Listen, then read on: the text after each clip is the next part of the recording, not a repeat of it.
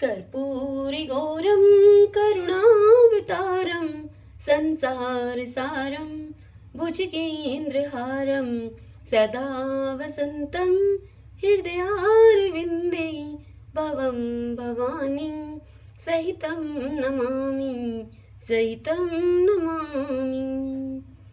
श्री शिवाय नमस्तोभ्यम। आज आप सब सुन रहे हैं श्री शिव महापुराण कथा रुद्र संहिता के तृतीय खंड पार्वती से।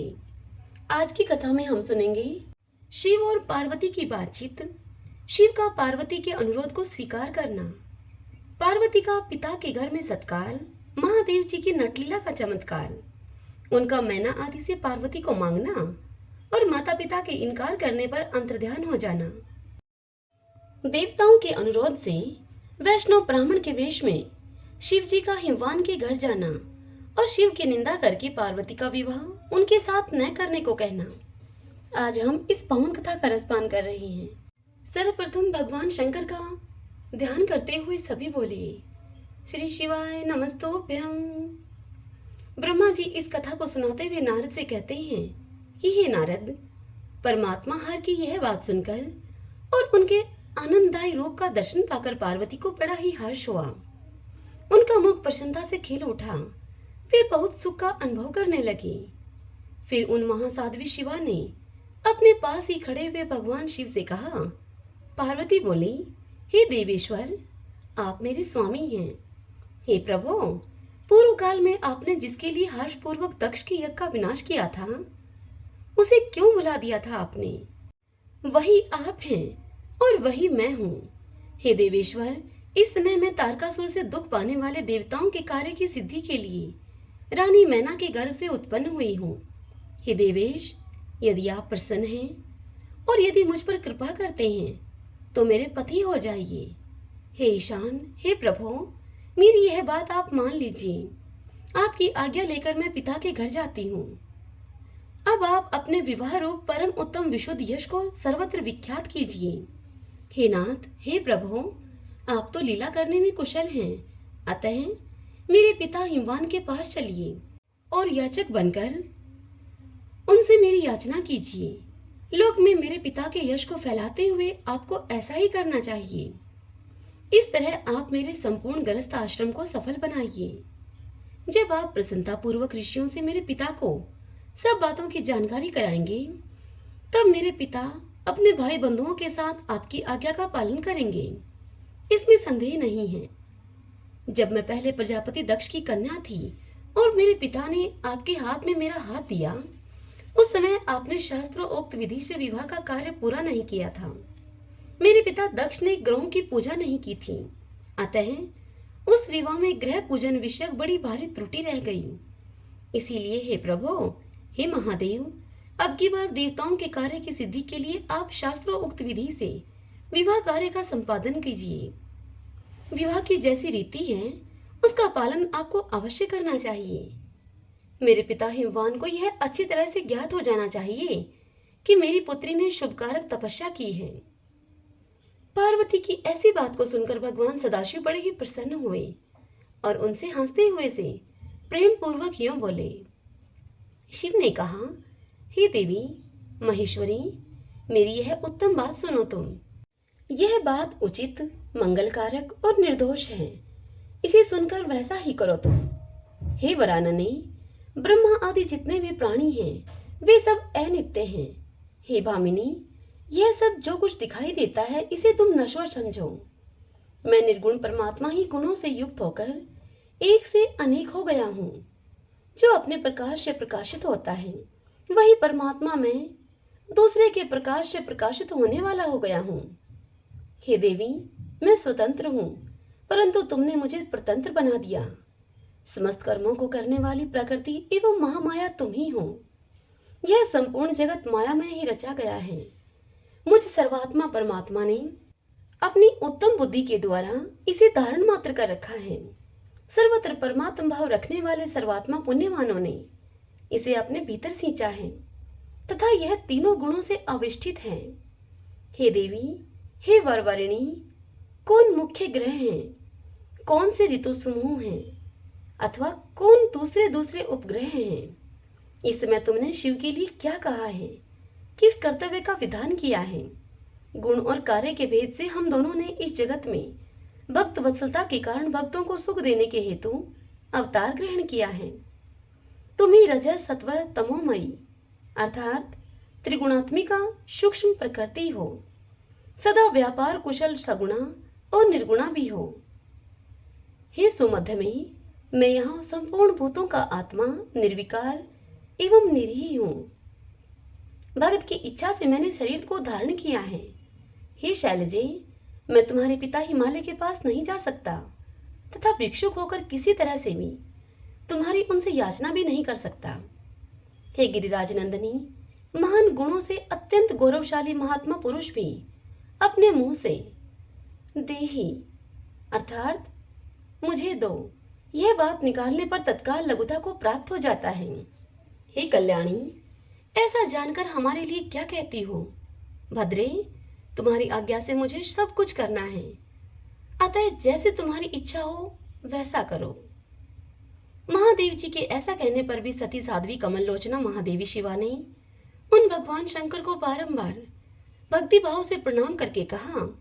पार्वती बोली, नाथ, आप आत्मा हैं और मैं प्रकृति हूँ। इस विषय में विचार करने की कोई बात नहीं है।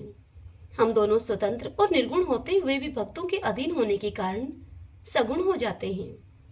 हे शंभो, हे प्रभो, आपको प्रयत्न पूर्वक मेरी प्रार्थना के अनुसार कार्य करना चाहिए। हे शंकर, आप मेरे लिए याचना करें और हिमवान को दाता बनने का सौभाग्य प्रदान करें।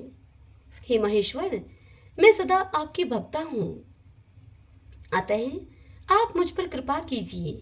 नाथ, सदा जन्म जन्म में मैं ही आपकी पत्नी होती रही हूँ। आप परब्रह्मा परमात्मा हैं, निर्गुण हैं, प्रकृति से परे हैं, निर्विकार निरीह एवं स्वतंत्र परमेश्वर हैं। फिर भी भक्तों के उद्धार में संलग्न होकर यहाँ सगुण भी हो जाते हैं, स्वात्मा राम होकर भी लीला विहारी बन जाते हैं, क्योंकि आप नाना प्रकार की लीलाएं करने में कुशल हैं। महादेव, हे महेश्वर, मैं सब प्रकार से आपको जानती हूँ। हे सर्वज्ञ, आप बहुत कहने से क्या लाभ, मुझ पर आप दया कीजिए। हे नाथ, महान अद्भुत लीला करके लोक में अपने सुयश का विस्तार कीजिए आप, जिसे गा गा कर लोग अनायास भवसागर से पार हो जाएं।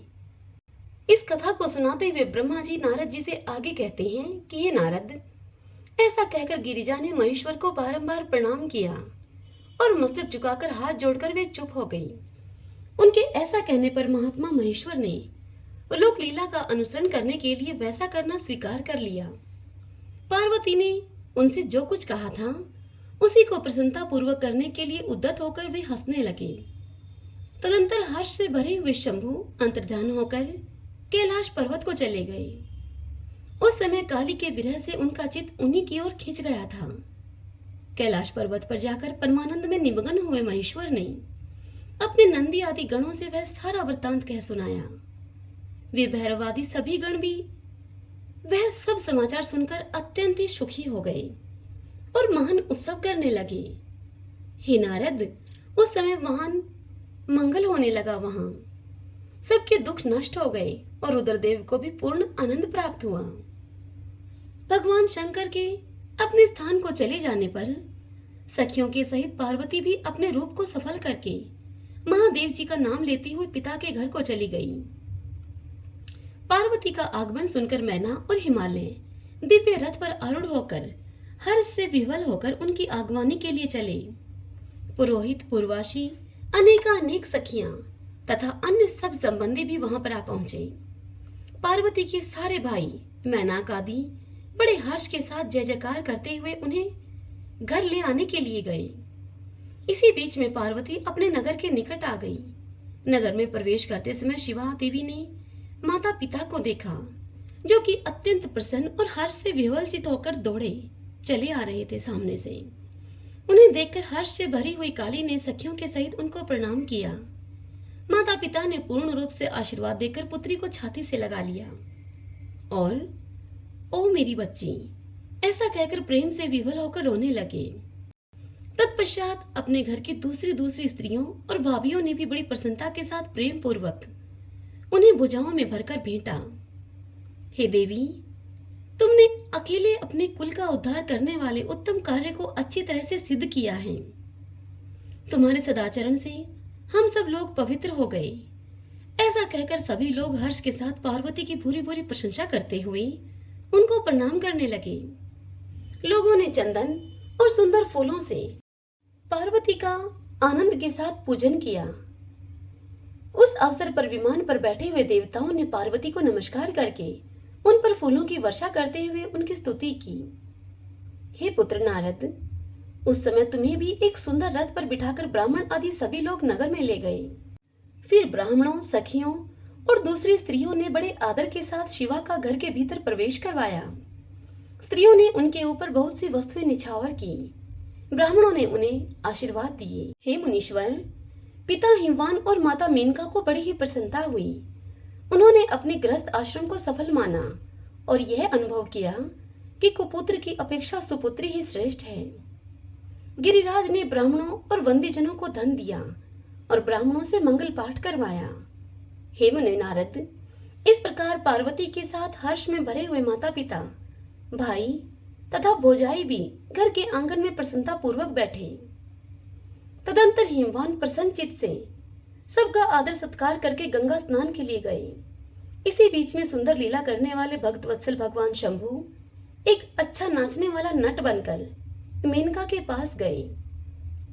उन्होंने बाएं हाथ में सींग और दाहिने हाथ में डमरू ले रखा था और पीठ पर कथरी रख छोड़ी थी। लाल वस्त्र पहने हुए वे भगवान रुद्र नाचकर और गाना गाकर अपनी निपुणता का परिचय दे रहे थे। सुंदर नट का रूप धारण किए हुए भगवान शिव ने मेनका के पास बैठी हुई स्त्रियों की टोली के समीप सुंदर नृत्य किया और अत्यंत मनोहर नाना प्रकार के गीत गाए। उन्होंने वहां सुंदर ध्वनि करने वाले श्रृंग और डमरू को भी बजाया तथा नाना प्रकार की बड़ी मनोहारिणी लीलाएं की। नटराज की उस लीला को देखने के लिए नगर के सभी स्त्री पुरुष एवं बालक और वृद्ध भी सहसा वहां पर आ पहुंचे। उस सुमधुर गीत को सुनकर और उस मनोहर उत्तम नृत्य को देखकर वहां पर आए हुए सब लोग तत्काल मोहित हो गए। मैना भी मोह गई। उधर पार्वती ने अपने हृदय में भगवान शंकर का साक्षात दर्शन किया। वे त्रिशूल आदि चिन्ह धारण किए हुए अत्यंत सुंदर दिखाई देते थे। उनका सारा अंग विभूति से विभूषित था। वे हड्डियों की माला से अलंकृत थे। उनका मुख सूर्य, चंद्र एवं अग्नि रूप 3 नेत्रों से उद्भासित था।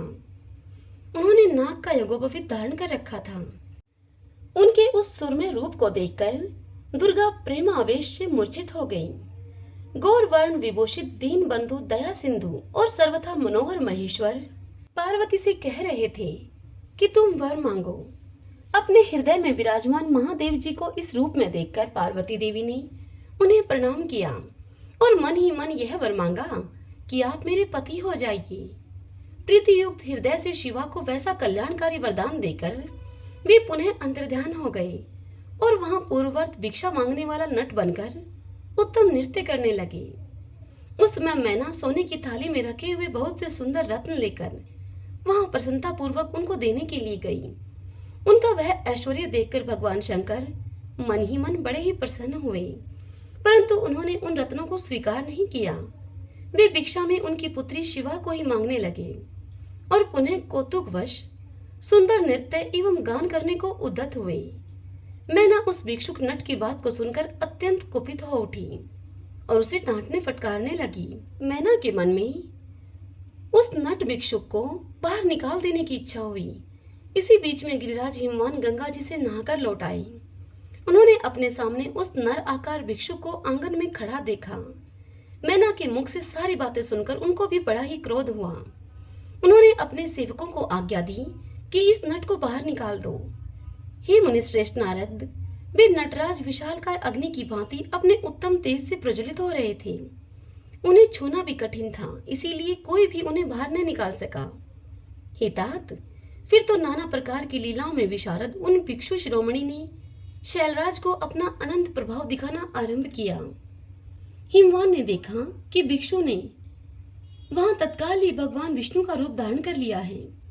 उनके मस्तक पर किरीट, कानों में कुंडल और शरीर पर पीत वस्त्र शोभा पाते हैं। उनके 4 भुजाएं हैं। हिमवान ने पूजा के समय गदाधारी श्रीहरि को जो जो पुष्प आदि चढ़ाए थे वे सब उन्होंने भिक्षुक के शरीर और मस्तक पर देखे। तत्पश्चात गिरिराज ने उन भिक्षु शिरोमणि को जगत सृष्टा चतुर्मुख ब्रह्मा के रूप में देखा। उनके शरीर का वर्ण लाल था और वे वैदिक सूक्त का पाठ कर रहे थे। तदंतर शैलराज ने उन कौतुककारी नटराज को एक क्षण में जगत के नेत्र रूप सूर्य के आकार में देखा। हे तात नारद, इसके बाद वे महान अद्भुत रुद्र के रूप में दिखाई दिए। उनके साथ देवी पार्वती भी थी। वे उत्तम तेज से संपन्न रमणीय रुद्र धीरे धीरे हंस रहे थे। फिर वे केवल तेजोमय रूप में दृष्टिगोचर हुए। उनका वह स्वरूप निराकार, निरंजन, उपाधि शून्य, निरीह एवं अत्यंत अद्भुत था। इस प्रकार हिमवान ने उनके बहुत से रूप देखे। इससे उन्हें बड़ा ही विस्मय हुआ और वे तुरंत ही परमानंद में निमग्न हो गए। तदंतर सुंदर लीला करने वाले उन भिक्षु शिरोमणि ने हिमवान और मैना से दुर्गा को ही भिक्षा के रूप में मांगा। दूसरी कोई वस्तु उन्होंने ग्रहण नहीं की, परंतु शिव की माया से मोहित होने के कारण शैलराज ने उनकी उस प्रार्थना को स्वीकार नहीं किया। फिर भिक्षुक ने कोई वस्तु नहीं ली और वहां से वे अंतर्ध्यान हो गए। तब मैना और शैलराज को उत्तम ज्ञान हुआ और वे सोचने लगे कि भगवान शिव हमें अपनी माया से छलकर अपने स्थान को चले गए। ऐसा विचार करके उन दोनों की भगवान शिव में पराभक्ति हुई, जो कि महान मोक्ष की प्राप्ति कराने वाली, दिव्य तथा संपूर्ण आनंद को प्रदान करने वाली है। हे नारद, मैना और हिमवान की भगवान शिव के प्रति उच्च कोटि की अनन्य भक्ति देखकर इंद्रादि सब देवता परस्पर विचार करने लगे। तदंतर गुरु बृहस्पति और ब्रह्मा जी की सम्मति के अनुसार सभी मुख्य देवताओं ने शिव जी के पास जाकर उनको प्रणाम किया और वे हाथ जोड़कर उनकी स्तुति करने लगे। देवता बोले, हे देवदेव महादेव, हे करुणाकर, हे शंकर, हम आपकी शरण में आए हैं, कृपा कीजिए। आपको नमस्कार है। हे स्वामिन, आप भक्त वत्सल होने के कारण सदा ही भक्तों के कार्य को सिद्ध करते हैं। दीनों का उद्धार करने वाले और दया के सिंधु हैं आप, और भक्तों को विपत्तियों से छुड़ाने वाले भी आप ही हैं। इस प्रकार महेश्वर की स्तुति करके इंद्र सहित संपूर्ण देवताओं ने मैना और हिमवान की अनन्य शिव भक्ति के विषय में सारी बातें उनको आदर पूर्वक बताई। देवताओं की वह बात सुनकर महेश्वर ने उनकी प्रार्थना स्वीकार की और हंसते हुए उन्हें आश्वासन देकर उनको विदा किया। तब सब देवता अपना कार्य सिद्ध हुआ मानकर भगवान सदाशिव की प्रशंसा करते हुए शीघ्र ही अपने घर को लौटकर प्रसन्नता का अनुभव करने लगे। तदंतर भक्तवत्सल महेश्वर भगवान शंभु, जो कि माया के स्वामी हैं, निर्विकार चित्त से शैलराज के यहाँ गए। उस समय गिरिराज हिमवान सभा भवन में बंधु वर्ग से घिरे हुए पार्वती के सहित प्रसन्नता पूर्वक बैठे थे। इसी अवसर पर वहां सदाशिव ने पदार्पण किया। वे हाथ में दंड, छत्र, शरीर पर दिव्य वस्त्र, ललाट में उज्जवल तिलक, एक हाथ से सैफ्टी की माला और गले में शालिग्राम धारण किए हुए भक्तिपूर्वक हरिनाम का जप कर रहे थे और देखने में साधु वेशधारी ब्राह्मण जान पड़ते थे। उन्हें आया हुआ देखकर सपरिवार हिमवान उठकर खड़े हो गए। उन्होंने उन अपूर्व अतिथि देवता को भूतल पर दंड के समान पड़कर भक्ति भाव पूर्वक साष्टांग प्रणाम किया। देवी पार्वती ब्राह्मण रूपधारी प्राणेश्वर शिव को पहचान गई थी, अतः उन्होंने भी उनको मस्तक झुकाया और मन ही मन बड़ी प्रसन्नता के साथ उनकी स्तुति की। ब्राह्मण रूपधारी शिव ने उन सबको प्रेम पूर्वक आशीर्वाद दिया, किंतु शिवा को सबसे अधिक मनोवांछित शुभाशीर्वाद प्रदान किया। शैलाधिराज हिमवान ने बड़े आदर से उन्हें मधुपर्क आदि पूजन सामग्री भेंट की और ब्राह्मण ने बड़ी प्रसन्नता के साथ वह सब ग्रहण किया। तत्पश्चात गिरिश्रेष्ठ हिमाचल ने उनका कुशल समाचार पूछा। हे मुनि नारद, अत्यंत प्रीति पूर्वक उन द्विजराज की विधिवत पूजा करके शैलराज ने उनसे पूछा कि आप कौन हैं। तब उन ब्राह्मण शिरोमणि ने गिरिराज से शीघ्र ही आदर पूर्वक कहा।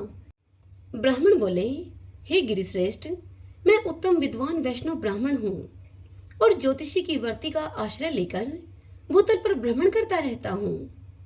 मन के समान मेरी गति है।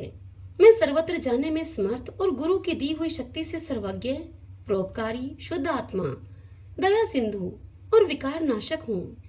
मुझे ज्ञात हुआ है कि तुम अपनी इस लक्ष्मी सरी की सुंदर रूप वाली दिव्य सुलक्षणा अपनी पुत्री को एक आश्रय रहित, असंग, कुरूप और गुणहीन वर महादेव जी के हाथ में देना चाहते हो।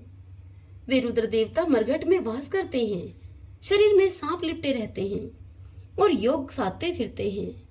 उनके पास पहनने के लिए एक वस्त्र भी नहीं है, वैसे ही नंग दड़ंग घूमते रहते हैं। आभूषण की जगह सर्प धारण करते हैं। उनके कुल का नाम आज तक किसी को ज्ञात नहीं हुआ। वे कुपात्र और कुशील हैं, स्वभावतः विहार से दूर रहते हैं, सारे शरीर में भस्म रमाते हैं, क्रोधी और अविवेकी हैं। उनकी अवस्था कितनी है यह बात किसी को ज्ञात नहीं। वे अत्यंत कुत्सित जटा का बोझ सदा सिर पर धारण किए रहते हैं। वे भले बुरे सबको आश्रय देने वाले, ब्राह्मणशील, नागहारधारी, भिक्षुक, कुमार परायण तथा हठ पूर्वक वैदिक मार्ग का त्याग करने वाले हैं। ऐसे अयोग्य वर को आप अपनी बेटी ब्याहना चाहते हैं। हे अचलराज, अवश्य ही आपका यह विचार मंगलदायक तो नहीं है। नारायण कुल में उत्पन्न ज्ञानियों में श्रेष्ठ गिरिराज, मेरे कथन का तुम मर्म समझो। तुमने जिस पात्र को ढूंढ रखा है वह इस योग्य नहीं है कि उसके हाथ में पार्वती का हाथ दिया जाए। हे शैलराज, तुम ही देखो, उनके एक भी भाई बंधु नहीं हैं। तुम तो बड़े बड़े रत्नों की खान हो, किंतु उनके घर में भूंजी भांग भी नहीं है। वे सर्वथा निर्धन हैं। हे गिरिराज, तुम शीघ्र ही अपने भाई बंधुओं से, मैना देवी से, सभी बेटों से और पंडितों से भी प्रतन पूर्वक यह पूछ लो, किंतु पार्वती से तुम न पूछना, क्योंकि उन्हें शिव के गुण दोष की परख नहीं है।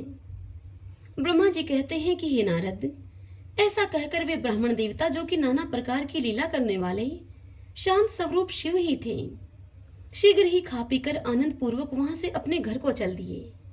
हरि ओम तत्सत। श्री शिवाय नमस्तुभ्यं। भगतजनों, आज की यह कथा यहीं पर पूर्ण हुई। इससे आगे की कथा कल हम अगले अध्याय में सुनेंगे। आशा करती हूँ कि आज की यह कथा आपको आनंदित करेगी। ओम नमः शिवाय।